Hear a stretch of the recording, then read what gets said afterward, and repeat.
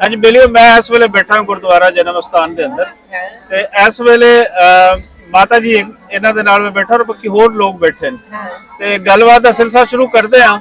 पुछदे इन्हां ने भी कित्थों आना होया ते कदों आए। मलेरकोटला तो। अच्छा मलेरकोटला तो पिंड आदमपाल।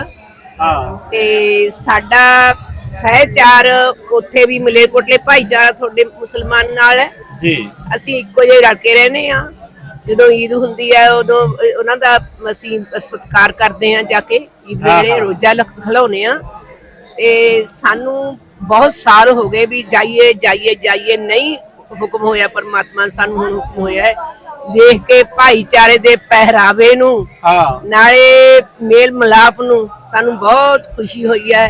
ਇੰਨਾ ਕੁ ਦੁੱਖ ਹੈ ਵੀ ਅਸੀਂ ਅੱਡੋ ਅੱਡੀ ਹੋ ਗਏ। ਸਾਡਾ ਸਾਰਾ ਜਿਹੜਾ ਭਾਰਤ ਦੀ ਪੰਜਾਬ ਦੀ ਉਹ ਸਾਡੇ ਨਾਲ ਪਾਕਿਸਤਾਨ ਜੁੜਿਆ ਹੋਇਆ ਸੀ, ਹਰਿਆਣਾ ਜੁੜਿਆ ਹੋਇਆ ਸੀ ਜੀ। ਹੁਣ ਬਸ ਵਾਹਿਗੁਰੂ ਦੀ ਕਿਰਪਾ ਹੈ ਵੀ ਸਾਨੂੰ ਨਹੀਂ ਹੋਇਆ, ਪਰ ਔਖੇ ਬੀਜੇ ਲੱਗਦੇ ਨੇ, ਔਖਾ ਆਉਣੇ ਆ। ਕਿੱਥੇ ਪਹਿਲਾਂ ਸਾਰੇ ਇੱਕੋ ਭਾਈਚਾਰਾ ਸੀ ਵੀ ਸਾਨੂੰ ਹੁਣ ਵੀ ਆਸ ਹੈ ਸਾਡੀ ਇੱਜ਼ਤ ਕਰਦੇ ਨੇ। ਗੁਰੂ ਨਾਨਕ ਦੇਵ ਜੀ ਦੇ ਜਨਮ ਦਿਹਾੜੇ ਤੇ ਆਏ ਆ, ਗੁਰਦੁਆਰੇ ਦੇਖਾਂਗੇ, ਹੋਰ ਲੋਕਾਂ ਨੂੰ ਮਿਲਾਂਗੇ। ਤੁਸੀਂ ਇਹ ਦੱਸੋ, ਤੁਸੀਂ ਲੰਘ ਜਾਓ ਹਾਂਜੀ। ਤੁਸੀਂ ਕੀ ਕਰਦੇ ਹੋ ਮਾਂ ਜੀ? ਮੈਂ ਪਹਿਲਾਂ ਪ੍ਰੈਸ ਰਿਪੋਰਟਰ ਸੀ, ਹੁਣ ਆਮ ਘਰੇਲੂ ਸਮਝ ਲਓ ਵੀ। ਤੁਹਾਡੇ ਬੋਲਣ ਤੋਂ ਪਤਾ ਲੱਗ ਗਿਆ ਹਾਂਜੀ ਹਾਂ ਕਿ ਤੁਹਾਡਾ ਕਿਤੇ ਪ੍ਰੈਸ ਨਾਲ ਹੀ ਐਜੂਕੇਸ਼ਨ ਦੇ ਨਾਲ ਤੁਹਾਡਾ ਰਿਹਾ ਐਸੋਸੀਏਸ਼ਨ ਰਹੀ ਹੈ। ਹਾਂਜੀ ਤੇ ਕਿਹੜੇ ਅਖਬਾਰ ਲਈ ਤੁਸੀਂ ਕੰਮ ਕਰਦੇ ਰਹੇ? ਦੇਸ਼ ਸੇਵਕ ਅਖਬਾਰ ਵਾਸਤੇ ਮੈਂ ਕੰਮ ਕੀਤਾ। ਅੱਛਾ। ਦੇਸ਼ ਸੇਵਕ ਨਿਰਪੱਖ ਅਖਬਾਰ ਹੈ, ਝੂਠ ਨਹੀਂ ਬੋਲਦੀ, ਇਹ ਸਹੀ ਖਬਰ ਦਿੰਦੇ ਨੇ। ਤੇ ਬਾਕੀ ਹੁਣ 20 ਸਾਲ ਹੋ ਗਏ ਮੈਨੂੰ, 70 ਸਾਲ ਦੀ ਹੋ ਗਈ ਤੇ ਕੰਮ ਛੱਡੇ ਨੂੰ, ਪਰ ਹੁਣ ਵੀ ਮੈਂ ਭਾਈਚਾਰੇ ਚ ਮਿਲਦੀ ਜੁਲਦੀ ਰਹਿੰਦੀ ਆ ਤੇ ਵਧੀਆ ਸਾਡਾ ਸੰਪਰਕ ਹੈ। ਜੀ ਬੋਲੋ ਹਾਂ ਹਾਂ ਦੱਸੋ। ਇਹ ਦੱਸੋ ਕਿ ਜਦੋਂ ਆਣਾ ਹੁੰਦਾ, ਜਿਵੇਂ ਕਿ ਪਹਿਲੇ ਤੁਸੀਂ ਇੱਕ ਦੁੱਖ ਦਾ ਇਜ਼ਹਾਰ ਵੀ ਕੀਤਾ, ਤੁਹਾਡੇ ਉਸ ਗੱਲ ਦੇ ਅੰਦਰ ਹੈ ਸੀ। ਹਾਂਜੀ। ਇਸ ਵਾਰ ਕੁਝ ਜ਼ਿਆਦਾ ਔਖਾ ਹੋਇਆ ਜਾਂ ਇਸ ਵਾਰ ਪਹਿਲੇ ਦੀ ਤਰ੍ਹਾਂ ਹੀ ਸੀ? ਪਹਿਲਾਂ ਐ ਲੱਗਿਆ ਵੀ ਅਸੀਂ ਪਾਸਪੋਰਟ ਦੇਤੇ ਵੀ ਸਾਡਾ ਵੀਜ਼ਾ ਲੱਗੂ, ਫਿਰ ਵਿੱਚ ਦੀ ਸਾਨੂੰ ਐ ਹੋ ਗਿਆ ਵੀ ਸਰਕਾਰ ਸਾਨੂੰ ਵੀਜ਼ਾ ਨਹੀਂ ਦੇ ਰਹੀ ਇੱਧਰਲੀ ਜੀ। ਪਰ ਸਾਡੇ ਮੋਦੀ ਜੀ ਨੇ ਸਾਨੂੰ ਸਮਝ ਲਓ ਕਿ ਇੱਥੇ ਆਉਣਾ ਹੋਇਆ। ਬਹੁਤ ਲੋਕ ਘੱਟ ਆਏ ਨੇ, ਕਈਆਂ ਦਾ 55 ਬੰਦਿਆਂ ਦਾ ਵੀਜ਼ਾ ਹੀ ਨਹੀਂ ਲੱਗਿਆ ਜੀ।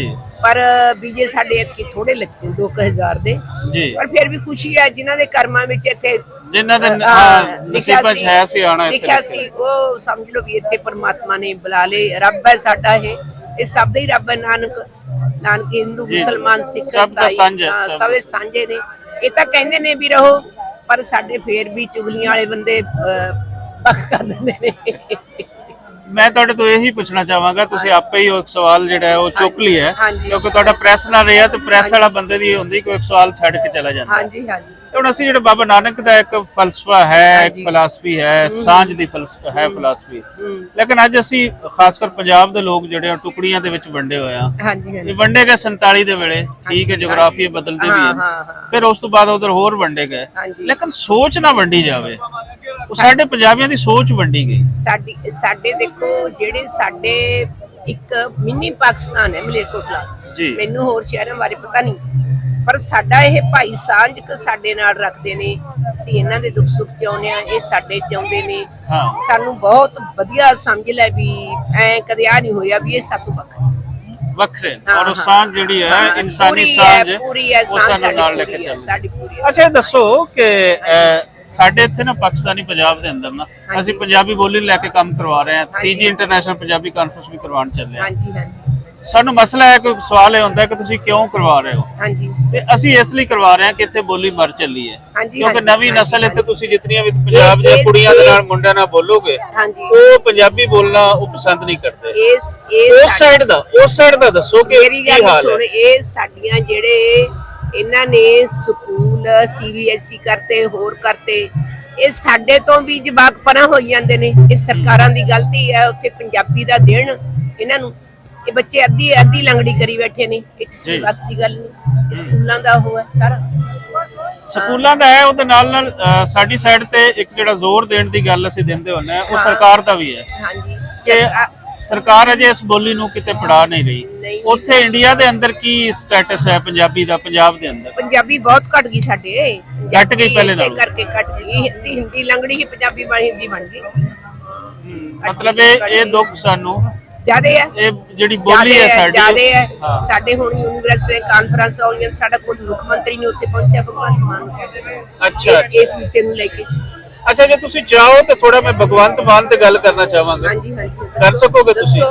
ਭਗਵੰਤ ਮਾਨ ਤੋਂ ਸਾਨੂੰ ਬੜੀ ਉਮੀਦਾਂ ਸਨ ਕਿ ਇਹ ਇੱਕ ਸੰਗੀਤ ਨਾਲ ਜੁੜਿਆ ਹੋਇਆ ਹੈ, ਪੰਜਾਬੀਆਂ ਦੇ ਨਾਲ ਜੁੜਾ ਹੋਇਆ ਸ਼ਖਸ ਹੈ, ਮਿੱਟੀ ਨਾਲ ਜੁੜਾ ਹੋਇਆ ਸ਼ਖਸ ਹੈ। ਭਗਵੰਤ ਮਾਨ ਨੇ ਆ ਕੇ ਪੰਜਾਬੀਆਂ ਲਈ ਕੀ ਕੀਤਾ? ਕੁਝ ਅਗਰ ਉਹਨਾਂ ਦਾ ਕੋਈ ਤੁਸੀਂ ਕੰਮ ਅਗਰ ਗਿਣਵਾ ਦਿਓ ਤੇ ਕੀ ਉਹਨੇ ਖਿਲਾਫ ਕੀਤਾ? ਸਾਡੇ ਉਹਦੀ ਨਿਗਾਹ 'ਚ ਤਾਂ ਮੈਂ ਬਹੁਤ ਕੰਮ ਕਰ ਚੁੱਕਿਆ, ਬਹੁਤ ਸਕੂਲ ਖੋਲ ਚੁੱਕਿਆ, ਬਹੁਤ ਹਸਪਤਾਲ ਖੋਲ ਚੁੱਕਿਆ ਜੀ, ਪਰ ਕੋਈ ਵੀ ਵਿਸ਼ੇ ਬਾਰੇ ਉਹ ਸਹੀ ਨਹੀਂ ਹੈਗਾ। ਨਾ ਉੱਥੇ ਕੋਈ ਡਾਕਟਰ ਨੇ, ਨਾ ਕੋਈ ਹੋਰ ਹੈ ਵੀ, ਨਾ ਸਮਝ ਲਓ ਵੀ ਕੋਈ ਕਿਸੇ ਨੂੰ ਚੰਗੀ ਤਰ੍ਹਾਂ ਤਨਖਾਹਾਂ ਮਿਲਦੀਆਂ ਨੇ ਤੇ ਜਿਹੜਾ ਹੈਗਾ ਸਾਨੂੰ ਕਰਜ਼ਾਈ ਕਰ ਰਿਹਾ ਪੰਜਾਬ ਨੂੰ ਖੋਖਲਾ ਕਰ ਰਿਹਾ। ਤੇ ਕੀ ਤੁਸੀਂ ਵੇਖਦੇ ਹੋ, ਮਤਲਬ ਇੱਥੇ ਅਸੀਂ ਲਹਿੰਦੇ ਪੰਜਾਬ ਦੇ ਅੰਦਰ ਪੰਜਾਬ ਦਾ ਫਿਊਚਰ ਅਗਰ ਦੇਖਦੇ ਆ ਤੇ ਸਾਨੂੰ ਮਾੜਾ ਨਹੀਂ ਲੱਗਦਾ? ਜਿਵੇਂ ਹੁਣ ਪੰਜਾਬੀ ਇਸ ਵੇਲੇ ਦੀ ਜਵਾਨੀ ਹੈ ਉਹ ਪੰਜਾਬੀ ਨੂੰ ਲੈ ਕੇ ਖੜੀ ਹੈ। ਗੱਲ ਸੁਣੋ ਮੇਰੀ, ਪੰਜਾਬੀ ਦੀ ਲੋਕ ਡਰਦੇ ਨੇ। ਉਹ ਤਾਂ ਜਿਹੜਾ ਕੋਈ ਉਹਨੂੰ ਮਾੜਾ ਮੋਟਾ ਉੱਤਾ ਚੱਕਦਾ ਹੈ ਉਹ ਤੇ ਪਰਚਾ ਕਰਾ ਕੇ ਅੰਦਰ ਕਰਾ ਦਿੰਦਾ ਹੈ। ਬਸ ਇਦੋਂ ਵੱਧ ਮੈਂ ਉਹਨੂੰ ਗੱਲ ਨਹੀਂ ਕਹਿਣੀ। ਬਿਲਕੁਲ ਜੀ, ਬੜੀ ਸੋਹਣੀ ਗੱਲਬਾਤ ਰਹੀ ਮਾਂ ਜੀ ਉਹਨਾਂ ਦੇ ਨਾਲ। ਤੇ ਦਿਲ ਤੇ ਚਾਹੁੰਦਾ ਕਿ ਹੋਰ ਗੱਲਾਂ ਵੀ ਕਰੀਏ, ਲੇਕਿਨ ਕੋਈ ਥੋੜੀਆਂ ਗੱਲਾਂ ਫਿਰ ਨਾਲ ਦੇ ਲੋਕਾਂ ਦੇ ਨਾਲ ਉਹ ਵੀ ਲੋੜ ਦਿੰਦੀਆਂ ਨੇ। ਕੁੜੀ ਗੱਲ ਕਰੇ ਤੇ ਮੁੰਡਾ ਗੱਲ ਨਾ ਕਰੇ, ਇਹ ਨਹੀਂ ਹੋ ਸਕਦਾ।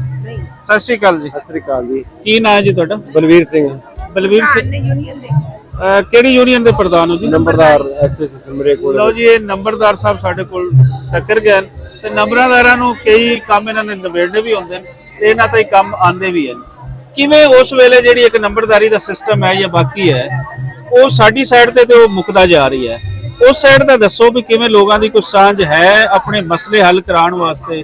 ਨੰਬਰਦਾਰਾਂ ਕੋਲ ਸਰਪੰਚ ਸਿਸਟਮ ਉਹ ਕਿਸ ਤਰੀਕੇ ਦਾ ਚੱਲ ਰਿਹਾ ਹੈ? ਇਹ ਨੰਬਰਦਾਰ ਸਾਡਾ ਪੰਜਾਬ ਦੇ ਬਹੁਤ ਵਧੀਆ ਚੱਲਦਾ ਹੈ ਜੀ। ਤੇ ਜੋ ਲੈਂਡ ਦੇ ਇਹਦੇ ਕੰਮ ਨੇ ਸਾਡੇ ਜ਼ਮੀਨਾਂ ਦੇ ਦੇਣ ਲੈਣ ਦੇ, ਇਹ ਨੰਬਰਦਾਰ ਤੋਂ ਬਗੈਰ ਨਹੀਂ ਹੁੰਦੇਗੇ। ਤੇ ਨੰਬਰਦਾਰਾਂ ਦੀ ਵਧੀਆ ਕਦਰ ਹੈ ਤੇ ਅਜੇ ਹੈ ਉੱਥੇ ਨੰਬਰਦਾਰ ਦਾ ਸਿਸਟਮ।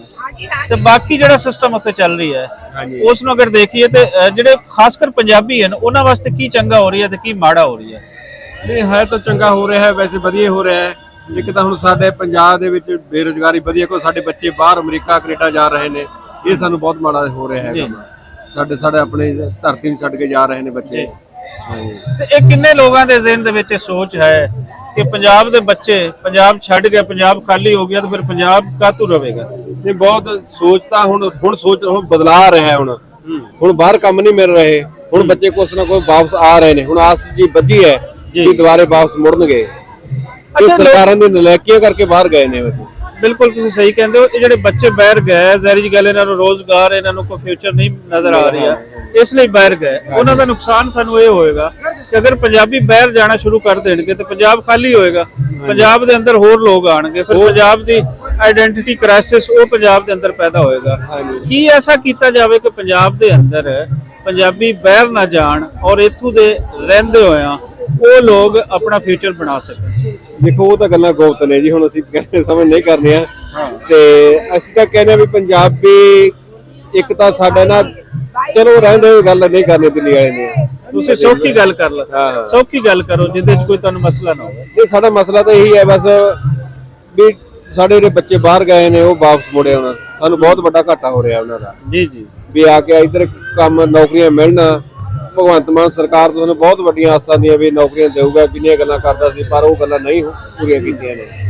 ਲੱਗਦਾ ਹੈ ਕਿ ਬਹੁਤ ਸਾਰੇ ਦੋਸਤਾਂ ਨਾਲ ਗੱਲ ਹੁੰਦੀ ਰਹਿੰਦੀ ਪੰਜਾਬ ਦੇ ਦੋਸਤਾਂ ਨਾਲ, ਉਹ ਖੁਸ਼ ਨਹੀਂ ਹਨ ਭਗਵੰਤ ਮਾਨ ਸਰਕਾਰ ਤੋਂ। ਨਹੀਂ ਖੁਸ਼ ਨਹੀਂ, ਹਾਲਾਂਕਿ ਆਸਾਂ ਬੜੀਆਂ ਸਨ, ਉਮੀਦਾਂ ਬੜੀਆਂ ਸਨ, ਬਹੁਤ ਵੱਡੀਆਂ ਆਸਾਂ ਦੀਆਂ, ਬਹੁਤ ਜ਼ਿਆਦਾ 92 ਸੀਟਾਂ ਇਹਨੂੰ ਜਿਤਾਈਆਂ। ਤੇ ਹੁਣ ਜਿਹੜੇ ਹੜ੍ਹਾਂ ਦੇ ਵਿੱਚ ਜਿਹੜੀ ਸਿਚੁਏਸ਼ਨ ਪੈਦਾ ਹੋਈ, ਔਖਾ ਵੇਲਾ ਆਇਆ ਪੰਜਾਬ ਤੇ, ਉਹਦੇ ਵਿੱਚ ਪੰਜਾਬ ਸਰਕਾਰ ਨੇ ਕੀ ਕੀਤਾ? ਨਹੀਂ, ਉਹਦੇ ਵਿੱਚ ਨਾ ਤਾਂ ਪੰਜਾਬ ਸਰਕਾਰ ਸਾਡੇ ਨਾਲ ਖੜੀ ਹੈ, ਨਾ ਸਾਡੇ ਨਾਲ ਦਿੱਲੀ ਸਰਕਾਰ ਖੜੀ ਹੈ। ਪੰਜਾਬੀਆਂ ਨੇ ਆਪਣੀ ਮਦਦ ਆਪ ਕੀਤੀ ਹੈ। ਸਹੀ ਹੈ, ਆਪਣੀ ਮਦਦ ਆਪ ਕੀਤੀ ਹੈ। ਚਲੋ ਜੀ ਅਸੀਂ ਇਹੀ ਚਾਹੁੰਦੇ ਹਾਂ ਕਿ ਜੇ ਕੋਈ ਹੋਰ ਤੁਹਾਡਾ ਨਹੀਂ ਕਰਦਾ ਤੇ ਪੰਜਾਬੀ ਇਕਮੁੱਠ ਰਹਿਣ। ਹਾਂਜੀ ਹਾਂ, ਪੰਜਾਬੀ ਇਕਮੁੱਠ ਰਹਿਣਗੇ ਤੇ ਆਪਣੇ ਮਸਲੇ ਸਾਰੇ ਹੱਲ ਕਰਦੇ ਰਹਿਣਗੇ। ਔਰ ਸਾਡੇ ਵਾਸਤੇ ਤੇ ਜਿਵੇਂ ਲਹਿੰਦੇ ਪੰਜਾਬ ਦੇ ਅੰਦਰ ਪੰਜਾਬੀ ਦੇ ਮਸਲੇ ਉਹ ਸਾਡੇ ਸਾਂਝੇ ਮਸਲੇ ਨੇ, ਉਸ ਸਾਈਡ ਤੇ ਵੀ ਸਾਡੇ ਜੋ ਪੰਜਾਬੀ ਦੇ ਨਾਲ ਜੁੜੇ ਮਸਲੇ ਨੇ ਉਹ ਸਾਡੇ ਸਾਂਝੇ ਮਸਲੇ। ਤੁਸੀਂ ਕੋਈ ਗੱਲ ਕਰਨਾ ਚਾਹ ਰਹੇ ਹੋ? ਸਾਡੀ ਤਾਂ ਇਹ ਆਸ ਹੈ ਵੀ ਸਾਡੀ ਤੁਹਾਡੇ ਵਾਲੀ ਕੰਧ ਚੱਕੀ ਜਾਵੇ, ਅਸੀਂ ਇਕੱਠੇ ਹੋ ਜਾਈਏ। ਇਕੱਠੇ ਹੋਣਾ ਚਾਹੀਦਾ। ਮੈਂ ਜਿਵੇਂ ਪਹਿਲੇ ਗੱਲ ਕੀਤੀ ਸੀ ਕਿ ਇਹ ਕੰਧਾਂ ਚੁੱਕੀਆਂ ਜਾਣ ਜਾਂ ਨਾ ਚੁੱਕੀਆਂ ਜਾਣ ਇਹ ਤੇ ਫੈਸਲਾ ਵੇਲਾ ਕਰੇਗਾ, ਲੇਕਿਨ ਇਹ ਹੈ ਕਿ ਇਹਨਾਂ ਕੰਧਾਂ ਨੂੰ ਸੌਖਤ ਕਰ ਦਿਓ ਨਾ, ਇਹਨਾਂ ਨੂੰ ਸੌਖਤ ਕਰ ਦਿਓ ਨਾ, ਆਵਾਜਾਈ ਸੌਖੀ ਹੋਵੇ। ਹੁਣ ਇਹ ਲੋਕ ਆਣ ਨੂੰ ਦਿਲ ਕਰਦਾ ਹੈ, ਬਹੁਤ ਔਖਾ ਹੈ। ਦੂਸਰਾ ਹੈ ਕਿ ਇਸ ਸਾਈਡ ਦੇ ਲੋਕਾਂ ਨੂੰ ਉਧਰ ਜਾਣ ਨੂੰ ਦਿਲ ਕਰਦਾ ਹੈ, ਇਹ ਵੀ ਬਹੁਤ ਔਖਾ ਹੈ।